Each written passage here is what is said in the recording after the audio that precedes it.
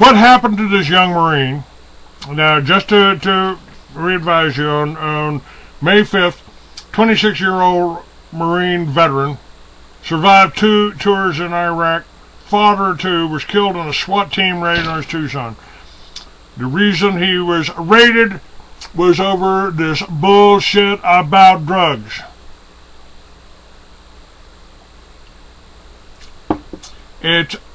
This is a way to criminalize the American people, like Ayn Rand told you.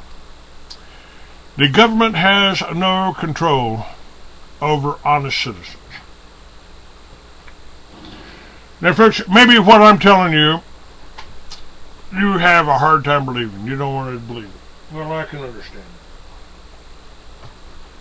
that. I can understand that. But everything I'm telling you is true. This is my book, Mystery Babylon. Mystery Babylon. Mystery Babylon has a history of the international bankers, a history of the Rothschild. It has the details by the officers in charge of smuggling the drugs into the United States. Operation Watchtower. This is the history. And it takes you back almost 2,000 years.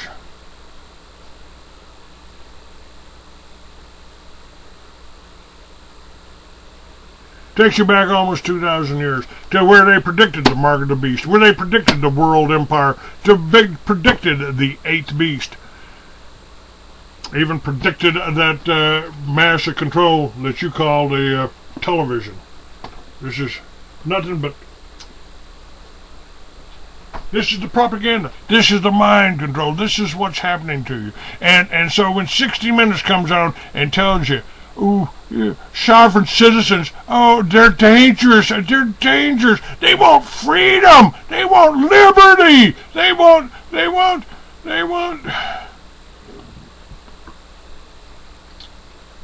It's what's happening right now. Now, it's starting to get a little bit... it's starting to get a little more hairy now. They used to just try to put us in an insane asylum. They used to just try to frame us. They used to just try to arrange accidents. They used to do that. And now, with this young Marine, they've come in after... We're in the 3rd stage now. They've already killed the farmers. They've made...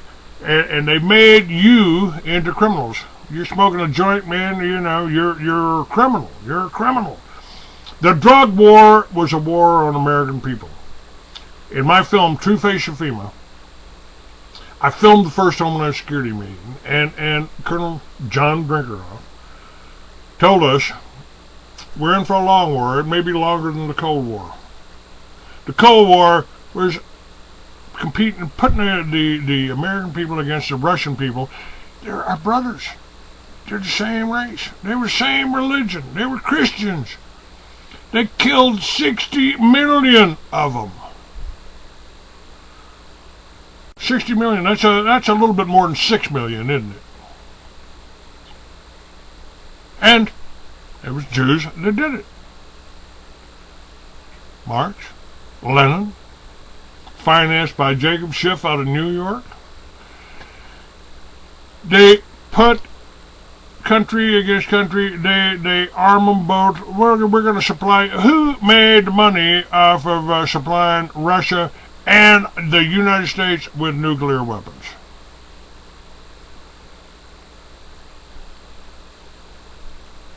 Doesn't make sense to me. Now they're coming after us. They're coming after us individually. We put in the wrong... They killed Jerry Kane, and they covered that up. Well, this one, they're going to have a real tough time. This Iraqi veteran that they mowed down in his hallway defending his family. Didn't have any drugs in the house. There wasn't anything in there. It didn't happen. Now, police officers, soldiers, other ex-veterans are a little bit upset about this. And what's happened in Indiana? What's happened in Indiana They've tried to make it all perfectly legal. We got a Fourth Amendment here, folks. We got a Fourth Amendment. And you can see that's up on freeamerican.com. If you order my book right now, $20, you order Mystery Babylon, send it by PayPal, clay@freeamerican.com, send me a donation, $20, I will send you the PDF of that book immediately. If you want a hard copy and signed, it's about $35, but we do have them printed, and they are available. But Richard Sauter, again, while saying he didn't want to run for president, you know, he points out to you that if you take a dollar bill out of your wallet, read wordly carefully, you have to search in vain for the words gold or silver. Now, you know, take out your trusty U.S. Constitution, read Article 1, Section 10. No state shall enter into any treaty, alliance, or confederation, grant marks, letters of marque or reprisal, coin money, emit bills of credit, make anything but gold and silver, a tender in payment of debts, pass any bill of attainder, ex post facto law or law impairing the obligation of contracts, or grant any title of nobility.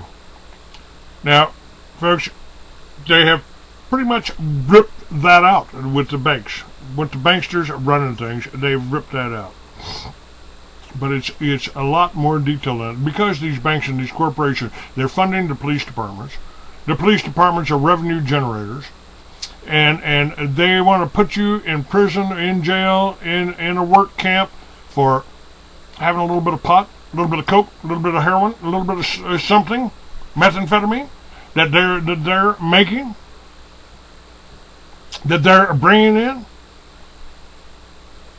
You know what happens when the country relies on phony paper counterfeit currency like the U.S. Federal Reserve notes, which are back nothing more than the high-speed printing press cranked up into hyperdrive?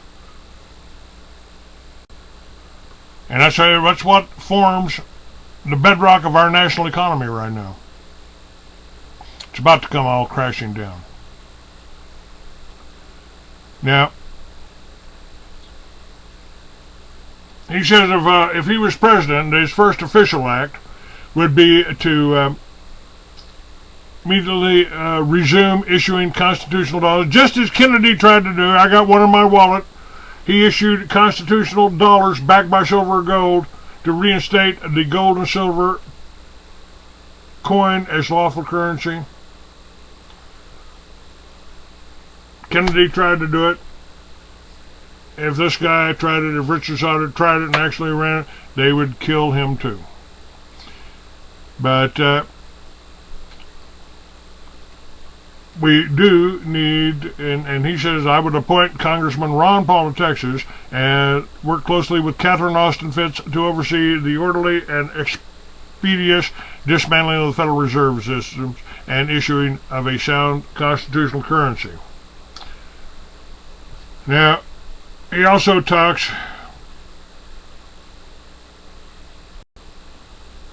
about these appointments. The first two appointments are Republican.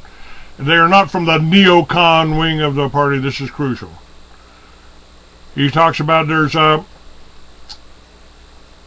in the Sauter administration, the policy emphasis would be shifted away from catering to the interests of mega corporations and their perceived need to earn a huge financial profit at any social or environmental cost, and would be redirected to meeting the life needs of flesh and blood human beings. This doesn't happen in our political system at present because of the enormous power of the large corporations have over policy making. The headlines are saying that Barack Obama will likely spend $500 million on his presidential campaign. In the real world, who has that sort of money outside of George Soros, Bill Gates, and Warren Buffett? Practically speaking, the only place you can find that kind of money, get that kind of money, is from large corporations, because outside of a relatively small number of individual multi-billionaires, it's only the big corporations who control huge chunks of cash like that. So if they give Obama or McCain $500 million, will they not have an inordinate influence on policy making? And folks, that's exactly what's happening. Sauter says, I would instruct my Attorney General to aggressively clip the wings of Fortune 500s using every antitrust provision and every other provision of the federal code to ensure ethical and fair business practices, including environmental regulations, fair lending laws, truth in advertising laws, and more. I'd be inclined to give someone like Ralph Nader first crack at the job and instruct him to clean house on Wall Street. There are laws on the books that could curb many of the excesses we are seeing in the business world. The problem is the unconstitutional corporate government is in cahoots with the corrupt corporate world, and both sides benefit from their mutual criminality, if indeed mutual criminality on a mind-numbing massive scale. Now, one of the biggest economic engines driving the corporate and banking industries at this juncture is the massive profits from narco-trafficking and black market weapons smuggling. The reality of the situation is that in excess of $1 trillion per annum from this narcotics and arms trafficking are being funneled into the operations of the big banks and corporations, many of them in this country. Massive profits from the illegal drug traffic are a major source of capital in the present economic order. Narco-trafficking is an enormously huge business, and the corporate section and the government sector have their hands in the cookie jar, working closely with criminal syndicates of all nationalities and ethnicities, Colombian cocaine cartels, Mexican narco syndicates, the Japanese Yakuza, the Sicilian Mafia, the Russian, Ukrainian, Israeli mob, etc., and the international smuggling of black market weaponry is closely tied in with narcotics trafficking. The tentacles of this nefarious mess reach into the government intelligence agencies, corporate boardrooms, and glass and steel banking towers all over the country. I would give my Attorney General a broad mandate to clean house and aggressively prosecute black market weapons and narcotics trafficking, because the criminal syndicates who mastermind these operations are so destructive of constitutional government and the national economy and civil order. Now, folks, I can tell you absolutely that what is happening here, what did we just talked about, I've got it right here in my book, Mystery Babylon. Mystery Babylon. $20 you can be reading it tonight, and everything I've just told you about this, CIA running drugs, Mossad running the drugs, bringing the drugs into this country so they can take some poor kid and put him on the street, put him in business, selling it to your kids. And so your kids can become victims into this whole police state, corporate police state, for-profit prisons. For-profit prisons.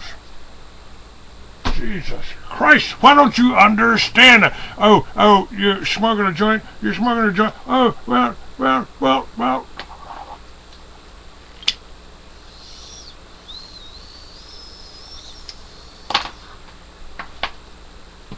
Doing that 40 years ago got me put in prison. So we have made changes. The medical marijuana thing helped a lot of people. Kept a lot of people out of jail. Kept a lot of people healthy. That's not enough. That's not enough.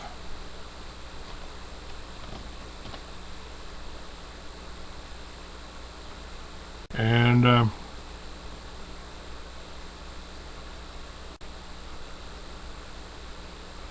I would add parenthetically here that paradoxically at one time and the same time I would move to decriminalize the personal use by private individuals of substances such as marijuana, cocaine, heroin, and the like. Where individuals have chemical or substance abuse issues, my administration would place an emphasis on treatment as opposed to incarceration. That is to say, the emphasis would be primarily on addictive substance abuse as a public health issue as opposed to a law enforcement issue. To be sure, Individuals committing crimes as a consequence of substance abuse would still face the consequences of their crime, but the mere possession in and of itself, say of an ounce of marijuana or a hit of LSD, would not be automatic cause to send someone to a state penitentiary for a lengthy prison term. There are very large numbers of people rotting in jail in this country right now for just that sort of so-called offense, and it's insane. Smoking pot, as one example, is no more a danger to society than drinking a martini or a shot of whiskey. In fact, hard liquor is very damaging to human health. Countless crimes are committed each year by people who are intoxicated by alcohol, and thousands of people are slaughtered on the highways every year by drunk drivers, yet alcohol consumption is legal. So I would want to greatly draw down the numbers of people who have been incarcerated for essentially victimless crimes such as marijuana possession, estrogen use, and more than 2 million people are incarcerated at present in the USA, a great many of them for non-violent drug or narcotics offenses. This is a senseless waste of human potential. We need these people on the outside contributing their life energy to society. I hasten to say that I recognize that prisons do have a place in social order, that there are some people who are criminally incorrigible and who absolutely must be shut away from the rest of the society for the greater good. People who murder, who rob and steal and so forth are deservedly physically separated from society, and the criminal justice system will take care of them. By legalizing substances such as marijuana and cocaine and treating addictive problems as public health and public education issues, as opposed to a criminal matter, criminal activity associated with the drug trade would be sharply diminished, and when the market adjusts to the new judicial reality, supply and demand will be met as they are met with other commodities in the open market. Cocaine and marijuana were legal in this country for a long time in our history. I don't see why people who desire them should be subject to criminal arrest. I suppose the state could put a luxury or consumption tax on their commercial sale, as it does with liquor and tobacco. Those who don't wish to partake of marijuana or cocaine can restrict themselves to cigarette and booze, whiskey, beer, wine. If they overdose from cigarettes, lung cancer, emphysema, or alcohol, cirrhosis of the liver, they'll simply have to live with the painful consequences. You see, the sort of business model that currently prevails on Wall Street is vulture capitalism. And that's interesting because I keep telling you that the Republicans and Democrats are two wings of the same bird, and it ain't an eagle, it's a vulture. Now, one of the darkest secrets in high finance is that some of the most prominent businesses and banks in the country have made a killing laundering money, vast sums of money derived from the illicit trade in narcotics. This type of business model is predatory. It does not foster economic development or strengthen the nation. On the contrary, it has weakened the country and created great suffering for the many people here all around the world. By unleashing someone like Ralph Nader to clean out the corruption on Wall Street, the rushing torrent of narco dollars would be staunched, and a profit in the world of high finance would have to be generated by the provision of genuine goods and services that answer to real human life needs. That's what business is supposed to be. And folks, the plan I have for Liberty Villages is coming into fruition right now.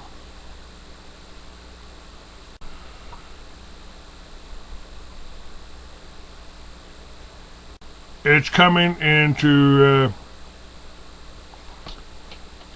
fruition right now. I wrote about the legalization of marijuana 40 years ago. I kind of brag that I've always been ahead of the game a little bit. You know, I told you about Randy Weaver. I told you what happened at Waco. And what's happened here in Tucson with this veteran being mowed down, shot 60 times by overhyped up. It's what I feared when they listed me and guide the right-wing extremist in the FBI, put out by the FBI in Phoenix. Governor Johnson of New Mexico recalled that document because I called him up and I said, Gary, somebody's trying to get me killed here. Somebody's trying to get me killed. They're demonizing me. You know, don't worry about it, Clay. And the chief of the New Mexico State Police told me the same thing. Clay, I've been reading your magazine for 10 years. You don't have a thing to worry about for me and any of my folks, any of my boys. Well, you know, what about the local cop in Socorro? Thinks I'm some kind of dangerous character. No, Clay, Governor recalled all those documents. Governor recalled them all, so I was spared. But this young man, he wasn't. And all he was doing was defending his family. That's all he was doing. From armed men outside. Any one of us trained would do the same thing. Any one of us. And that's why the Oathkeepers are meeting here. The Oathkeepers are coming here May 30th, Memorial Day, to Tucson. I'll be here. Hopefully you will too. Okay, let me see what else is going on.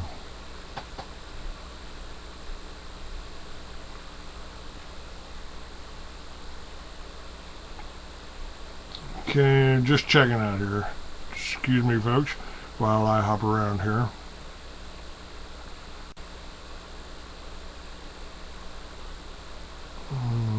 Okay.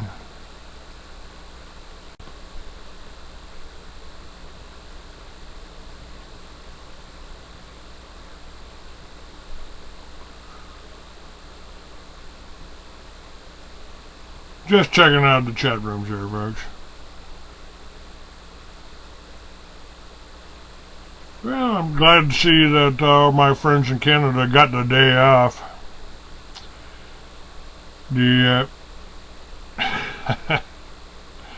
Okay. Now, let's go back.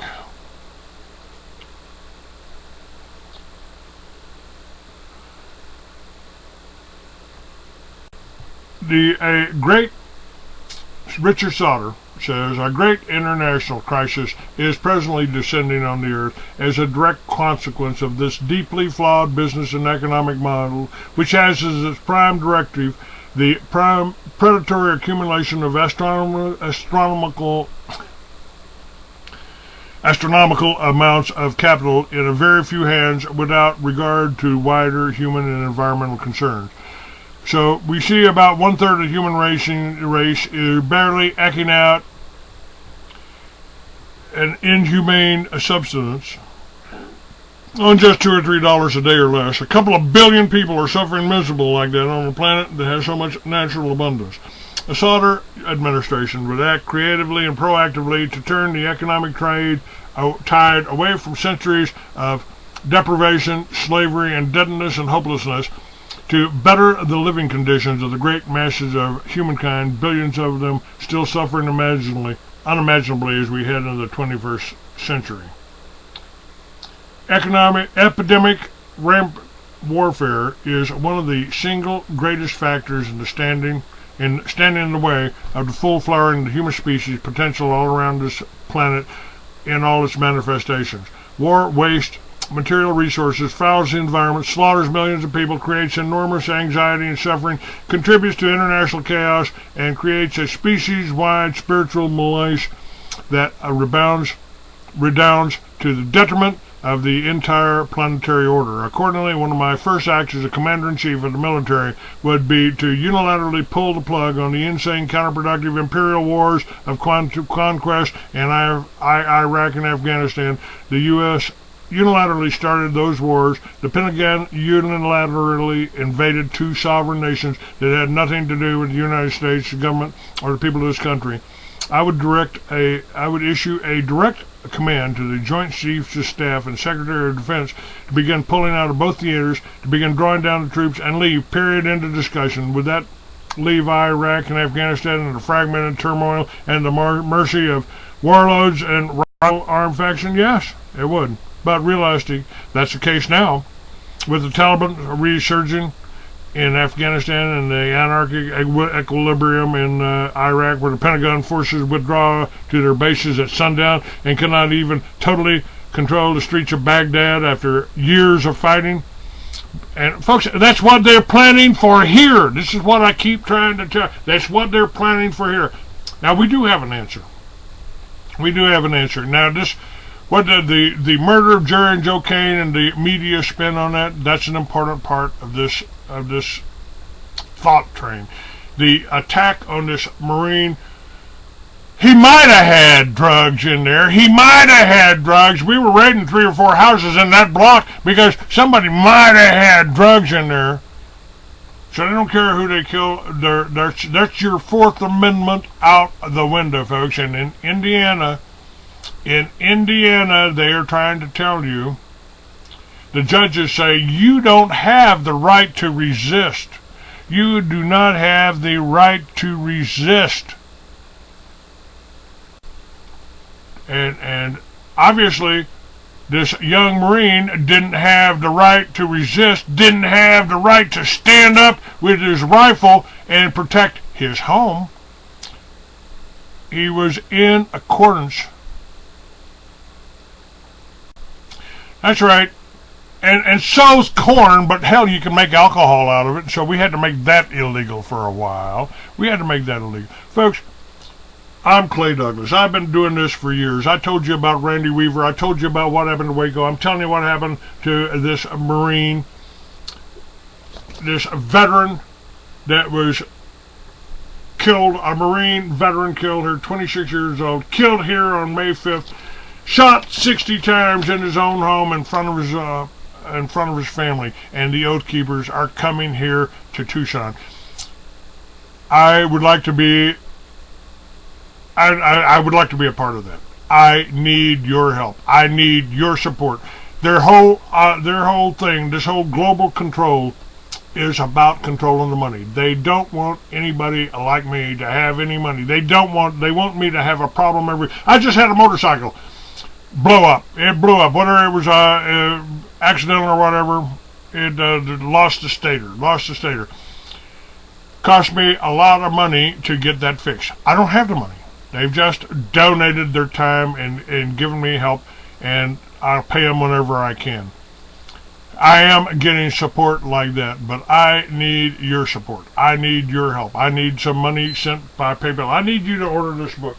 I need you to get Mystery Babylon. I've got fiction up that is good or better than this, is more believable. This is all the truth. This is about the drug running. This is about the CIA and the Mossad bringing the cocaine into this country, the same way they brought the heroin, the same way the reason they killed Pat Tillman, because he was blowing the whistle on what was happening in Afghanistan.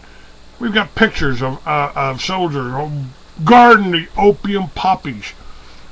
The drug companies control the opium poppies. The drug companies keep you and your family addicted. You know, how much are you spending? How much is your mother spending on her sleeping pills, on those pain pills? Come on, folks.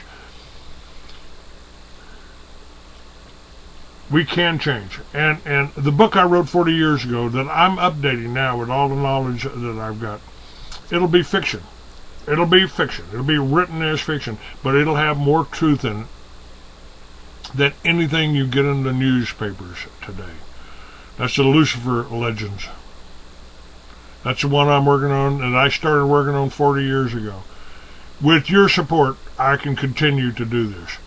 But if we don't get behind some people that are willing to stand up there, that aren't being afraid of being called a racist, being called an anti-Semite, they've tried to do that. They tried to list me and Larry Pratt, who's been on this show, as a racist in the NAACP. This is all controlled by Southern Poverty Law. We're controlled by the ADL, who manipulate our media. How do we stop it? We've got to build the media back. Thank you. God bless you. I'm out of here. FreeAmerican.com. FreeAmerican.com. That's where you need to go. Clay at FreeAmerican.com is my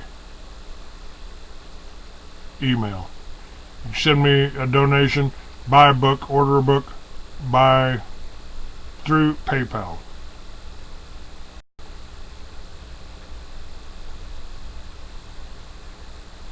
Call recording has been completed.